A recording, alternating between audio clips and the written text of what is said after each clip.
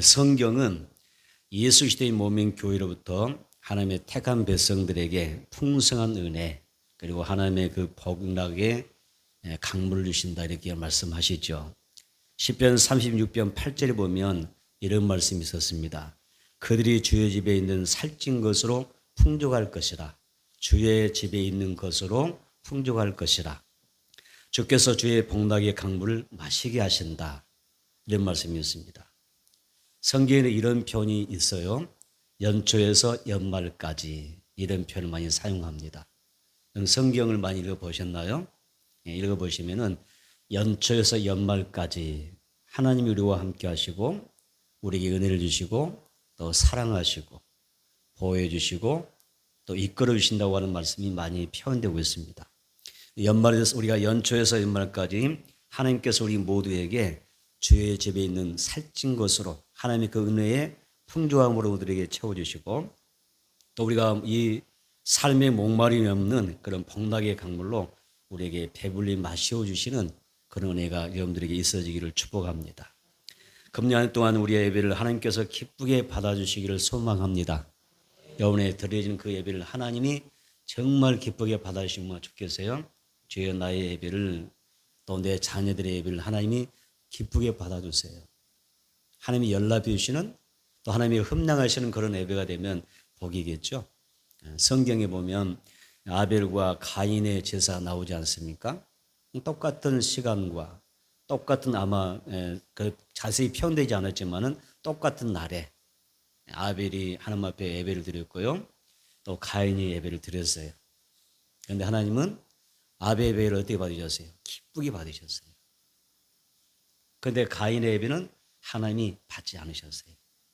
그래서 우리의 예배가 하나님 앞에 드려질 때에 하나님 나의 예배를 또 내 사랑하는 그 소중한 자녀들의 예배를 기쁘게 받아주신다면 얼마나 복된 일이겠습니까? 금년에 우리의 모든 예배를 하나님께서 크게 기뻐 받아주시고 또 예배하시는 은혜와 풍성한 복으로 우리에게 더 부어주시는 그런 축복의 예배가 되기를 바랍니다. 산마리아 교회는 어떤 은혜를 받았을까요? 산마리아 교회가 어떤 은혜를 받았을까요? 첫째로 따라서 봅니다. 큰 기쁨의 은혜를 받았다. 어떤 은혜 받았어요? 큰 기쁨의 은혜 받았대요. 은혜를 받았는데 큰 기쁨의 은혜.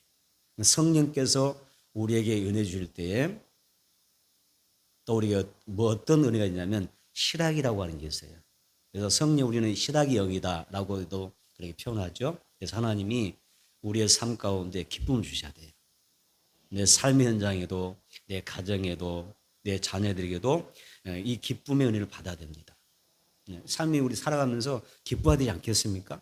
즐겁고 기쁘게 사는 게 축복이지 않겠어요? 사도행전 8장 8절 봐볼까요? 자, 사도행전 8장 8절 한번 읽어봅니다. 시작. 그 성에 큰 기쁨이 있더라. 이렇게 말씀하잖아요. 그 성에 사마리아 온 지역에 큰 기쁨이 있더라. 하나님의 그 큰 기쁨의 은혜가 임했다는 것이죠. 그럼 하나님의 그 큰 기쁨의 은혜가 그러면 어디에서 출발합니까? 그 발원지가 어디예요? 이 큰 기쁨의 은혜가 어디에서 나오느냐? 자, 사도행전 8장 5절 읽어봅니다. 읽겠습니다. 빌립의 사마리아 성에 내려가 그리스도를 백성에게 전파하니 몇 줄을 건너세요? 그리스도를 백성에게 전파했다라고 이야기하죠. 그 성에 큰 기쁨이 있었다. 그런데 중요한 것은 빌립이 사마리아 지역에 가서 전파를 했어요. 뭘 전파해요? 예수님을 전했습니다. 그리스도를 전파했다는 이야기예요. 그래서 다시 말하면 우리의 삶의 모든 그 큰 기쁨의 근원이 어디냐? 하나님의 그 축복의 그 기쁨의 근원지가 어디냐? 발원지가 어디냐면은 예수라는 것입니다. 할렐루야. 그래서 우리는 예수님에 관한 이 말씀, 예수님에 대하여 우리 이야기할 때 기쁜 소식이라 그러잖아요. 복음은 기쁜 소식이라, 유앙겔리온 기쁜 소식이라 이렇게 이야기하지 않습니까? 예수가 내 삶의 기쁜 소식이 되는 거예요. 예수가 내 인생의 내 삶의 복음이 되는 것입니다. 예수가 내 삶의 큰 기쁨이 되는 것입니다. 예수는 우리를 위하여 십자가에서 죽으셨고 또 무덤에서 부활하시고 승천하셨습니다. 그런데 빌립이 이 예수 그리스도를 열심히 전합니다. 예수가 어떤 분이냐? 예수가 누구신가? 예수 그리스도의 나심과 예수님의 부활하심과 또 우리가 그 예수를 통하여 사도행전 2장에 나타나는 오순절날 성령의 그 강림 사건이 일기까지 총체적으로 복음을 전했으리라고 생각을 합니다. 그래서 이 빌립이 예수 그리스도의 십자가의 죽으심과 그다음에 무덤에서 부활하시고 승천하시고 다시 오실 예수, 이 모든 부분들에서 예수님에 대하여 복음을 전하는 것입니다. 우리는 이 예수님을 나의 구원자로 믿어야 됩니다. 그리고 그 예수 그리스도 믿으면 우리가 동일한 하나님의 은혜가 우리에게 임하는 거죠. 그래서 오늘 예수님을 통하여 여러분들에게 기쁜 소식이 있었으면 좋겠어요. 우리 인생의 삶 가운데 기쁨이 충만한 하나님의 그 역사, 그 복음의 역사가 있으면 얼마나 좋겠습니까? 빌립이 예수 그리스도를 전파할 때 믿는 사람들에게 구원의 역사가 일어납니다. 빌립이 어떻게 했다고요? 사마리아에서 뭘 전했어요? 그리스도를 전파했죠. 복음을 전했습니다. 그 복음을 전할 때, 예수를 전할 때 주어진 결과가 뭐였어요? 아까 뭐라고 그랬어요? 큰 기쁨이 임했다고 그랬습니다. 사마리아에 왜 이런 기쁨이 있느냐? 믿는 자의 표적이 따릅니다. 내 믿음대로 될지어다. 아멘. 할 수 있거든요. 무슨 말이냐? 믿는 자에게는 능치 못할 일이 없느니라. 믿는 자에게는 이런 표적이 따르느니 귀신이 쫓겨나가고 모든 질병이 치유되고 남을 잊게 되고 그리고 삶의 여러 가지 눌림, 그 어떤 눌림에 우리 억압하는 그 모든 것부터 자유하게 되는 해방되는 은혜가 임하는 것입니다. 그래서 큰 기쁨이 일어날 수밖에 없어요. 믿음의 표적이 있었습니다. 귀신이 쫓겨나갑니다. 많은 중풍병자가 나음을 얻었습니다. 못 걷는 사람마저도 일어나 걷는 역사가 났습니다. 성경은 믿는 자의 표적이었습니다. 그래서 예수 안에서 우리가 말씀 안에서 그리스도를 선포하고 말씀을 전할 때 여기에서는 뭐가 있나요? 치유가 있고 회복이 나고 또 우리가 하나님 앞에서 구원받게 되는 기쁨이 나게 됐죠. 여러분, 우리는 하나님의 말씀이 죽었습니까? 살았습니까? 죽었다고 믿지는 않죠. 하나님의 말씀은 살아있기 때문에 우리가 예수님을 선포하고 말씀을 선포할 때 이 말씀은 그 말씀이 성취되기까지 결코 헛되게 돌아오지 않아요. 그래서 예수로 사는 사람들 정말 우리가 하나님의 말씀 들을 때 받을 때에 중심으로 내 생명으로 받아들이면 그 말씀이 역사하게 되어 있어요. 그래서 우리에게 뭐가 일어납니까? 큰 기쁨이 일어날 수밖에 없는 놀라운 삶의 변화가 있게 되는 것입니다. 여러분 얼마나 감사합니까? 우리가 예수를 믿는다고 하는 것, 또 하나님의 말씀을 들으며 살 수 있다고 하는 게 얼마나 큰 축복입니까? 지금도 예수의 그 이름이 선포될 때에 또 하나님의 말씀이 선포되는 그곳에는 내 삶의 기적이 따를 줄로 믿습니다. 감사합니다. 좋은 일이 있으리라. 많이 일어나리라. 크게 있으리라. 믿습니까? 네. 우리 복음성가 가사도 나오죠. 좋은 일이 있으리라. 많이 있으리라. 크게 있으리라. 이게 기쁜 소식이에요. 사도행전 8장 14절 볼까요? 사도행전 8장 14절 읽어봅니다. 시작. 예루살렘에 있는 사도들이 사마리아도 하나님의 말씀을 받았다함을 듣고 베드로와 요한을 보내매 믿었습니다. 사마리아도 하나님의 말씀을 받았다함을 듣고 그랬습니다. 하나님의 말씀을 받았다함을 들었다. 뭘 받았어요? 하나님의 말씀을 받았다는 거예요. 그래서 이 말씀에는 하나님의 말씀을 강조하고 있는 것입니다. 다시 말하면 하나님의 말씀을 내가 들었다. 그리고 그 말씀을 나의 생명의 양식으로 삼아서 내가 그 말씀에 순종하며 산다는 이야기죠. 하나님의 말씀을 내가 정말 받는 자세가 필요하고요. 우리가 한 마음으로 순종하는 공동체가 되는 게 축복입니다. 여러분의 가정도 하나님의 말씀을 받을 수 있기를 축복합니다. 그럼 내 가정에 뭐가 일어나겠어요? 하나님의 도우심으로 큰 기쁨이 일어나게 돼요. 그럼 큰 기쁨의 은혜가 우리 모두에게 있어지기를 축복합니다. 사마리아 사람들은 하나님의 말씀을 듣고 우리가 따를 받은데 어떻게 받냐? 빌립이 전한 말씀을 어떻게 받다 했어요? 한 마음으로 따랐다라고 성경 표현되어 있죠. 빌립이 말씀을 전할 때 그 말씀을 한 마음으로 그들이 따랐다 이렇게 이야기해요. 사도행전 4장 12절에 한번 읽어보겠습니다. 하나님의 말씀 참 귀합니다. 우리가 오늘 말씀을 통하여 여러분 말씀은 굳게 잡고 승리하길 바랍니다. 사도행전 4장 12절입니다. 사도행전 4장 12절 읽겠습니다. 하나님의 말씀은 뭐라고 했어요? 살아있고 활력이 있어. 하나님의 말씀은 살아있고 활력이 있어 좌우에 낯선 어떤 것과도 예리하여 혼과 영과 관절과 골수를 찔러 쪼개기까지 하며 또 마음의 생각과 뜻을 판단하나니 이렇게 이야기하죠. 자, 이 말씀에서 하나님의 말씀 우리에게 뭐라고 어떻게 소개했어요? 살아있고 활력이 있다 그랬어요. 우리 지금 개역 개정에 이렇게 나와 있잖아요. 또 다른 성경은 어떻게 나와 있습니까? 혹 여러분이 가지고 있는 성경 뭐라고 나와 있어요? 운동력 있어. 하나님의 말씀은 살아있고 운동력이 있어서, 개역 개정은 활력이 있어서 이렇게 이야기하죠. 여러분, 하나님의 말씀은 살아있대. 활력이 있답니다. 그 말씀이 활력이 있다는 이야기는 뭐예요? 일한다는 이야기죠. 그래서 하나님의 말씀 우리가 이렇게 살아있고 활력 있는 말씀을 굳게 붙잡는 사람은 무슨 일이 날까요? 내 삶의 문제가 반드시 해결될 줄은 믿습니다. 병에서 노인받게 될 줄은 믿습니다. 연약함이 강건해질 줄은 믿습니다. 나의 삶을 흑암으로 채우는 악한 세력이 쫓겨날 줄은 믿습니다. 그리고 내 삶이 열려서 불통의 삶이 아니라 형통하는 그런 축복의 은혜가 임할 줄은 믿습니다. 말씀 그런 능력이 있는 것입니다. 그래서 이 말씀이 결국 일하실 때 살아있고 활동이 있어 역사할 때에 그 증거가 뭐예요? 그 성에 큰 기쁨이 있더라 이렇게 표현하는 것입니다. 그래서 여러분 하나님의 말씀을 들으십시오. 귀가 열려서 들으시기 바랍니다. 성경은요 다 같은 귀인데 하나님의 말씀을 안 듣는 귀도 있대요. 예수님이 말씀하잖아요. 그래서 다 기능이 있고 우리가 소리는 들을 줄 알지만 음성은 들을 수가 있겠지만은 정말 이 음성이 내 안에서 역사할 수 있는 그런 은혜는 뭐예요? 귀 있는 자만 들을 수 있는 거예요. 그래서 예수님이 귀 있는 자는 성령이 교회들이 하시는 말씀을 들을지어다 이렇게 말씀하시죠. 말씀을 들어야 됩니다. 말씀 들을 수 있는 귀가 열려야 됩니다.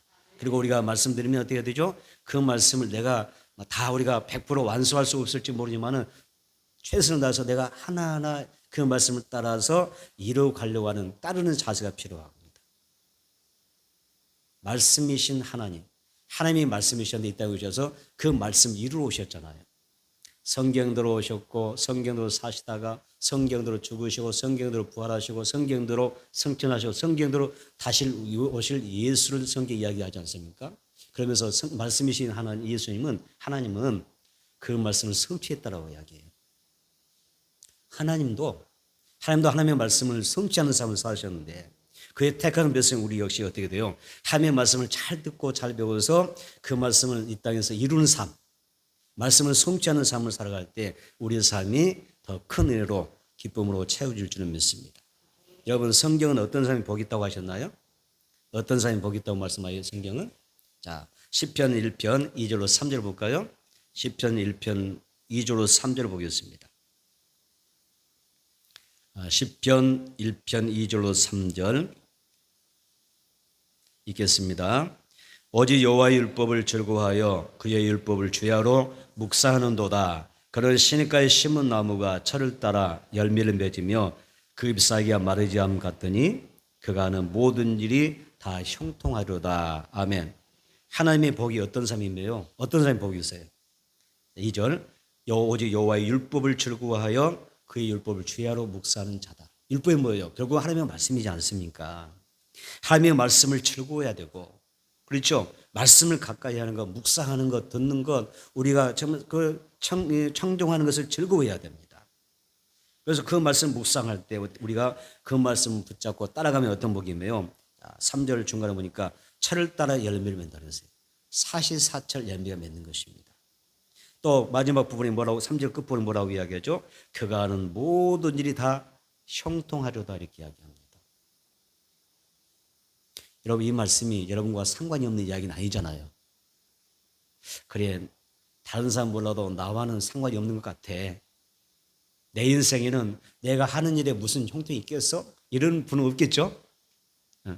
여러분 한 분 한 분 다 형통할 줄 믿습니다. 성경은 믿는 것입니다. 성경 말씀 기록되어 있잖아요. 철을 따라 열매 맺으리라. 너 하는 일마다 열매 맺을 것이다. 너 하는 일마다 뭐라고 하셨어요? 형통한다고 말씀하셨잖아요. 내 생각이 중요한 거 아니잖아요. 하나님의 말씀이 중요하잖아요. 하나님 내게 어떻게 말씀하시느냐, 내 하나님의 말씀이, 그 로고스의 말씀이 오늘 나에게 어떻게 나의 내마로 들려지느냐, 나의 말씀이 되느냐에 따라서 그 말씀이 달라지는 거 아닙니까? 하나님의 말씀으로 사는 사람은 사시사철 잘 되고 열매 맺고 형통할 줄로 믿습니다. 자, 신명기 11장 12절. 저는 근래 들어서 참 이런 하나님의 말씀이 너무 마음에 와닿고 좋아요. 자, 신명기 11장 12절 볼까요? 신명기 11장 12절 읽어봅니다. 내 하나님 여호와께서 돌봐주시는 땅이라. 연초부터 연말까지 내 하나님 여호와의 눈이 항상 그에 있느니라. 저는 이 말씀 가운데 요즘 꽂힌 말씀이었어요. 연초부터 연말까지 나와 함께 하신다는 것. 자, 밑줄 그으세요. 연초부터 연말까지. 여러분 그 말씀 좋지 않아요? 그러니까 온전히 한 해를 2025년이라고 하는 한 해를 하나님께서 함께 하시고 또 우리에게 은혜 주신다는 이야기잖아요. 연초부터 연말까지 2025년 내가 1월부터 12월까지 내가 너와 함께 하리라. 나의 눈이 너와 함께 함으로 내가 너를 지켜주겠다. 보호해주겠다. 여러분 축복이지 않습니까? 그래서 하나님의 말씀을 순종하는 사람은 하나님의 눈이 연초부터 연말까지 항상 우리를 주목한다는 이야기잖아요. 하나님께서 나를 지켜보시는데 돌보시지 않겠습니까? 우리가 무슨 걱정할 필요가 있겠어요? 하나님이 다 은혜 가운데 인도해 주실 것입니다. 오직 말씀을 즐거워하고 우리가 하나님의 말씀을 주야로 묵상하며 살아가는 사람은 하나님 앞에 이런 은혜를 받게 되어 있습니다. 사도행전 8장 7절로 8절에 보니까 많은 사람에게 붙었던 더러운 귀신들이 크게 소리를 지르며 나가고 또 많은 중풍병자와 못 걷는 사람이 나으니 그 세상에 큰 기쁨이 있더라. 이렇게 말씀하잖아요. 우리 이런 은혜 누려야 되지 않겠습니까? 하나님 주신 그 기쁨으로 내 삶의 답답함, 어떤 염려나 걱정이 있다 할지라도 이 모든 것이 사라지기를 축복합니다. 또 내 삶이 힘들고 지친 삶이 있다고 하면 기쁜 소식인 하나님의 말씀으로, 복음으로 인하여 내 삶에도 희망이 있게 되기를 바랍니다. 여러분의 가정과 우리 교회에 2025년 한 해 연초부터, 여러분들 보세요. 연초부터 언제까지? 연말까지. 이게 성경에 나와 있는 말씀이잖아요. 연초에서부터 연말까지 온전한 한 해로서 우리에게 큰 기쁨 은혜를 주실 줄 믿습니다. 사마리아 교회가 이 큰 기쁨 은혜를 누리고 있답니다. 사마리아 교회는 하나님의 큰 기쁨 은혜를 누렸다. 두 번째 사마리아 교회가 누리는 은혜가 뭐라고 생각하세요? 평안의 은혜였습니다. 맞습니다. 평안의 은혜. 이번 평안의 은혜 받기를 축복합니다. 자, 예루살렘 교회는 온 은혜를 하나님 앞에 정말 복을 많이 받았잖아요. 사도행전 2장에서 오순일날 성령의 충만함을 받고 성령의 충만한 역사 가운데 하나님의 놀라운 영광을 경험했어요. 또 그들은 복음을 누리며 살았습니다. 너무 영적으로 만족스러운 거예요. 만족스럽죠? 하나님이 다 채워주시고 기도하면 응답해 주시고 그들이 어떤 어려움 가운데 있을 때마다 기도하면 다 열어주시고 해결해 주시고 환난도 막 비껴가게 하시고 다 잘되게 하시니까 얼마나 좋겠어요. 하나님의 하나님께서 성령을 주신 그 목적과는 전혀 다르지만은 그들은 그래서 온 유대나 어떤 사마리아로 떠날 마음이 전혀 없어요. 우리끼리 좋사오니 이것으로 우리 자족합니다. 만족합니다. 이런 거 있잖아요. 그런데 이스라엘 종교 지도자들이 교회를 박해하기 시작합니다. 여기 물론 하나님의 선하신 뜻이 있었습니다. 그래서 더 이상 예루살렘 교회가 예루살렘에 머물 수가 없고 그들은 떠나갈 수밖에 없었습니다. 그래서 결국 사도들을 제외한 많은 성도들이 예루살렘을 떠나갑니다. 왜? 너무 박해가 심하니까. 그 박해가 들어와서 떠났는데 예루살렘 성도들이 떠났던 곳은 크게 두 군데입니다. 어디였을까요? 온 유대와 그리고 사마리아로 떠나갑니다. 떠났어요. 그런데 보통 예루살렘 유대에 속한 유대인들은 예루살렘 성도들은 온 유대 땅으로 흩어지지만은 사마리아로 가지 않습니다. 왜 그랬어요? 사마리아인들을 싫어했습니다. 유대인들. 사마리아인도 역시 유대인들을 경계합니다. 왜? 유대인들이 사마리아 사람들 마치 짐승 취급했어요. 혼혈족이기 때문에. 영적으로도 그들이 이 역사 가운데 정치적으로나 종교적으로 그들은 같이 서로 조화 이룰 수 없는 상태에 있었어요. 그래서 온 유대로 예루살렘 성도이 흩어지면서도 사마리아 땅을 쉽게 가지를 않아요. 그런데 항상 한 사람이 중요합니다. 저번 주 말씀의 제목이 뭐였죠? 한 사람이, 제가 뭐라고 했는데 여러분 대답하시면 제가 헷갈려요. 뭐라고 했어요? 한 사람이 중요합니다 그랬잖아요.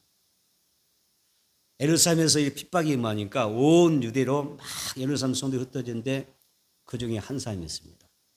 그 사람이 빌립이라는 사람입니다. 빌립이 어디로 갔어요? 사마리아로 갑니다. 근데 빌립이 온 유대가 있는데 왜 그곳을 피난 가지 않고 굳이 사마리아로 내려갔을까라고 할 때 빌립의 입장에서는 굉장히 어려운 선택입니다. 왜? 사마리아로부터 경계를 받을 수밖에 없고 미움받을 수도 있고요. 따돌림 받을 수 있고요. 잘못하면은 위협을 그들이 느낄 수가 있습니다. 위협을 경험할 수가 있습니다. 그런데 어떻게 했습니까? 그들이 어떻게 됐어요? 이 빌립이 사마리아로 갑니다. 사마리아에서 빌립이 정말 한 사람이 그렇게 중요하잖아요. 사마리아에 이 빌립이라는 사람이 내려가서 그 지역에 말씀을 전하고 그리스도를 전파함으로 어떻게 돼요? 놀라운 부흥의 역사를 맛보지 않습니까? 그래서 빌립이 사마리아 땅에 내려가서요. 뭘 전하면 말씀을 전하는데 그리스도를 전파합니다.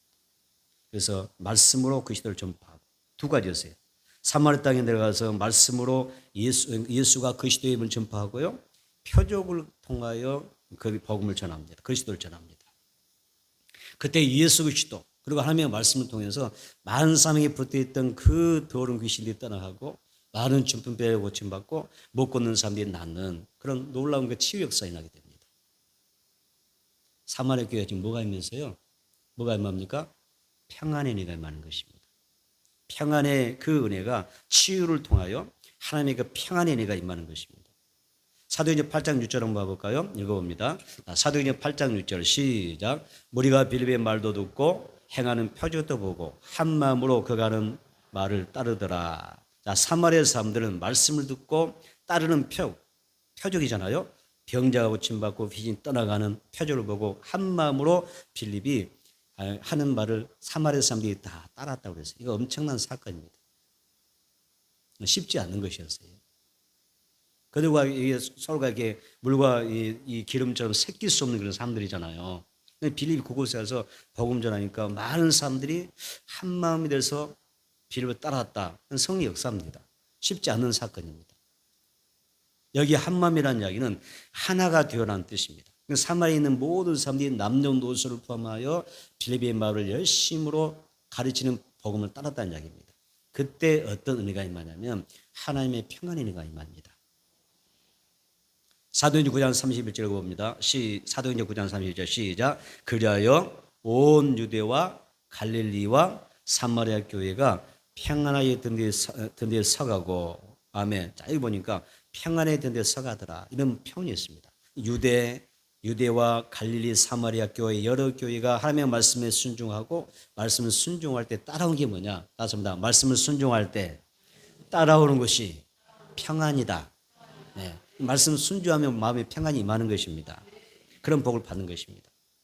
그래서 말씀에 순종하는 게 참 중요해요. 하나님의 말씀에 순종할 때 하나님께서 이곳에 뭘 주시느냐? 평안의 복을 주시는 거예요. 여러분 어떤 교회가 정말 든든한 교회일까요? 막 건물이 크다. 뭐가 갖춰졌다. 이것이 든든함을 이야기하지 않습니다. 교회가 어떤 오래된 역사가 있다. 우리는 어떤 전통이 있다. 이게 중요한 게 아닙니다. 그런데 위로 보세요.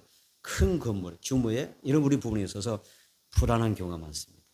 갈등이 있고 상처가 있고 시험이 있는 그런 곳일 수가 있습니다.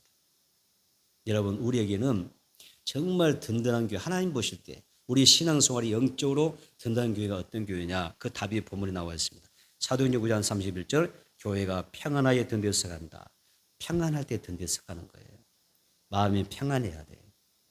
일단 교회 오면 마음이 평안해야 돼요. 여러분의 심령이 평안해야 될 줄 믿습니다. 이게 이 평안의 은혜가 먼저입니다. 예수님이 제자들에게 주셨던 말씀 너에게 평안이 있을지어다.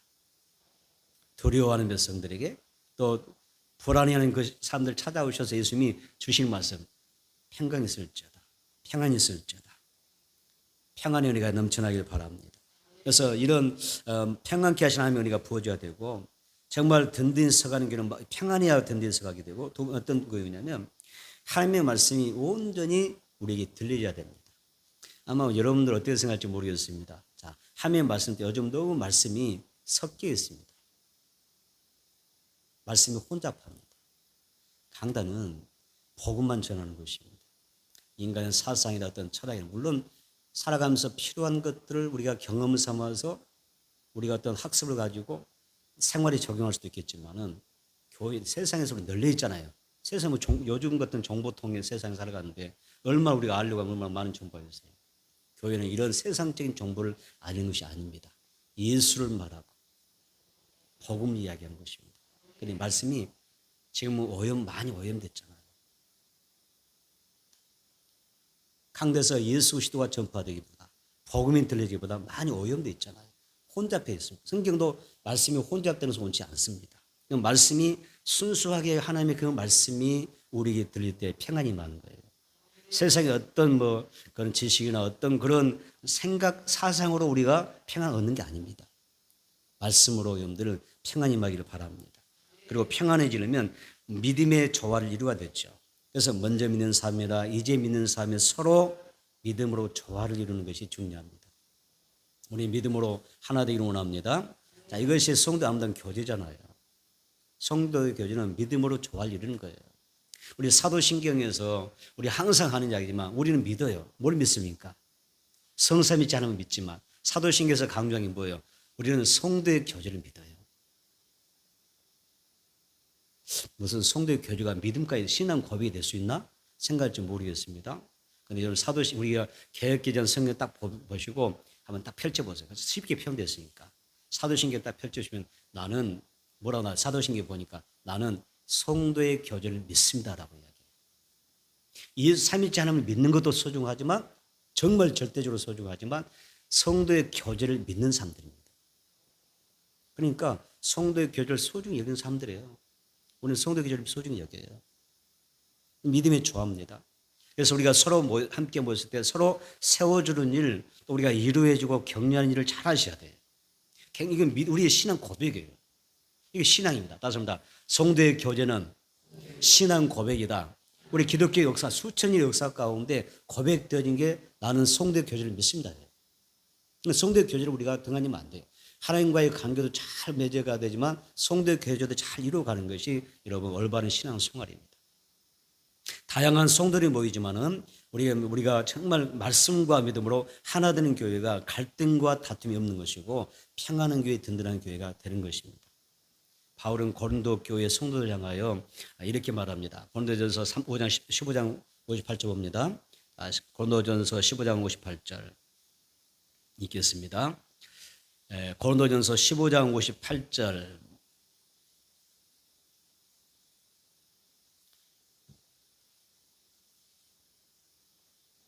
그러므로 내 사랑하는 형제들아 견신하며 흔들리지 말고 항상 주의 일에 더욱 힘쓰는 자들이 되라.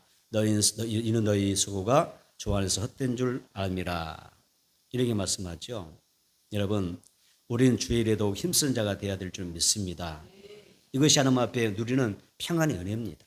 그래서 하나님 내게 주신 그 많은 그 시간과 땀과 재능을 기쁨으로 주님 앞에 드릴 수 있어야 됐죠.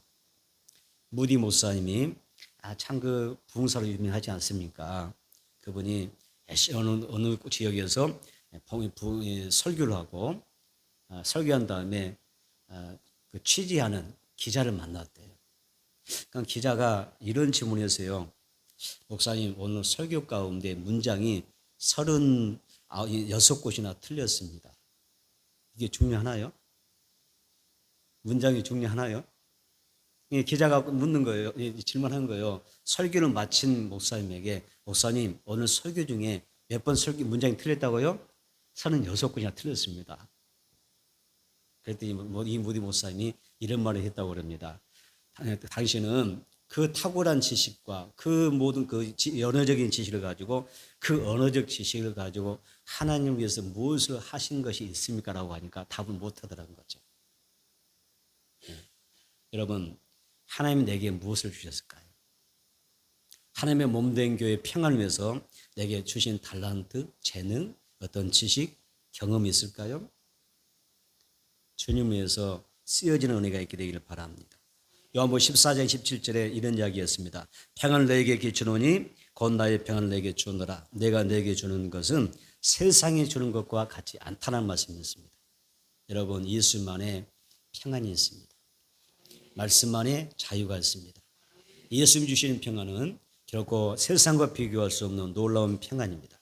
빌립이 사마리아에 와서 예수를 전할 때 평안의 내용이 임했죠. 여러분, 살다 보면 우리에게 많은 문제가 있습니다. 어려움이 찾아옵니다. 예수 안에 머물러 있는 삶이 내게 평안의 은혜 주어지는 것을 깨달아야 됩니다. 그래서 우리 모두가 세상을 이기고 문제를 이기고 주님이 주시는 건 참 평안을 누릴 수 있는 은혜, 사마리아 교회가 누렸던 평안의 은혜가 우리에게 주어지는 한 해가 되기를 축복합니다. 자, 세 번째. 그러면 사마리아 교회가 세 번째로 어떤 은혜를 누렸죠? 어떤 은혜를 누렸을 것 같아요? 성경 본문에 보니까 어떤 은혜인 것 같아요? 성령의 위로를 받습니다. 성령님의 위로를 받는 은혜 받습니다. 사마리아 교회가 복음의 열매 맺고 구원받은 사람이 늘어날 수 있었던 것은 주님을 경외하고 성령의 위로를 받았기 때문입니다. 여러분, 우리가 주님을 경외한다는 의미는 아시죠? 주님이 주님 되심을 인정하는 것을 경외라고 이야기하죠. 우리는 하나님 앞에서 범사에 죽게 하듯하며 또한 말이나 일이나 주님이 하신 것 같이 하나님이 공급하시는 힘으로 행하며 살아가는 것, 주를 경외한다 이렇게 말할 수가 있어요. 그러니까 주를 경외하는 사람은 신앙의 초점이 분명합니다. 예수 그리스도입니다. 예수 그리스도 앞에 내 신앙을 맞춰야 됩니다. 우리는 매 순간 하나님을 의식하며 주님의 임재 가운데 살아가야 됩니다. 그렇게 살면 주님이 우리에게 주시는 따라오는 게 뭐냐면 성령의 위로입니다. 여러분, 위로받고 싶지 않으세요? 아직 괜찮으세요? 살다 보면 위로가 필요합니다. 그런데 사람의 위로는 만족할 수 없습니다. 극한 어려움과 극한 정말 시련 가운데 삶에 가서 여러분들이 뭐라고 위로할 수 있어요? 내가 어떤 어려움이 있을 때 물론 사람의 위로를 받아서 우리가 어떻게 채워지는 부분도 있지만 위로가 와 닿던가요? 어떠세요? 저는 정말 극한 시련 가운데 있는 분 앞에서는 위로할 말이 별로 없던데요. 우리는 성령의 위로가 필요합니다. 사람의 위로가 아니라 성령의 위로가 필요하죠. 그래서 우리가 이 사마리아 교회는 성령의 위로를 받고 있어요. 시편 103편 13절에 여호와께서 자기를 경외한 자를 불쌍히 여기신다, 위로하신다는 이야기입니다. 신명기 103편 17절도 여호와의 인자하심은 자기를 경외하는 자에게 영원부터 영원까지 이르며 그의 의는 자손에게 이른다고 이야기합니다. 자, 여기서 중요한 게 있잖아요.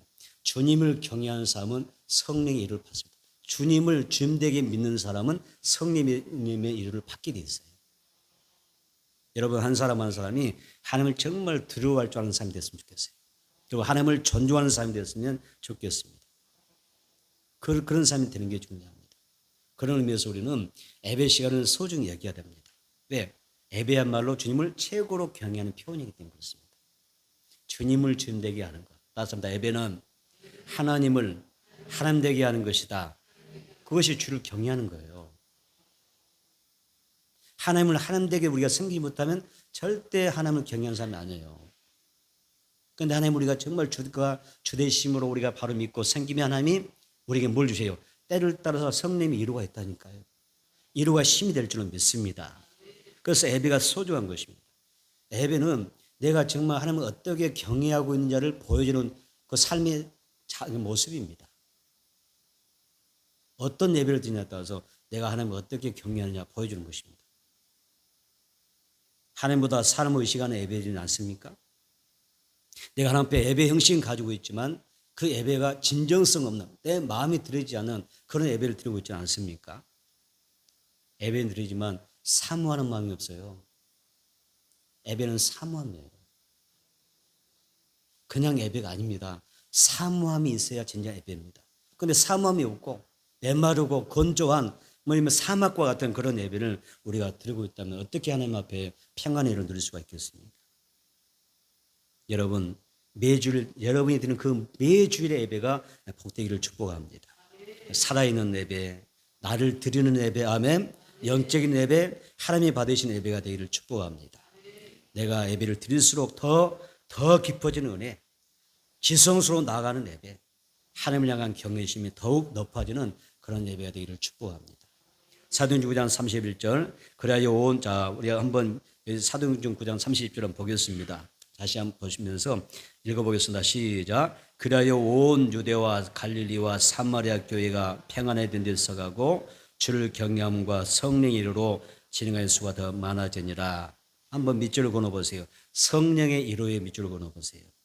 성령은 우리가 헬라어로 뭐라고 그러죠?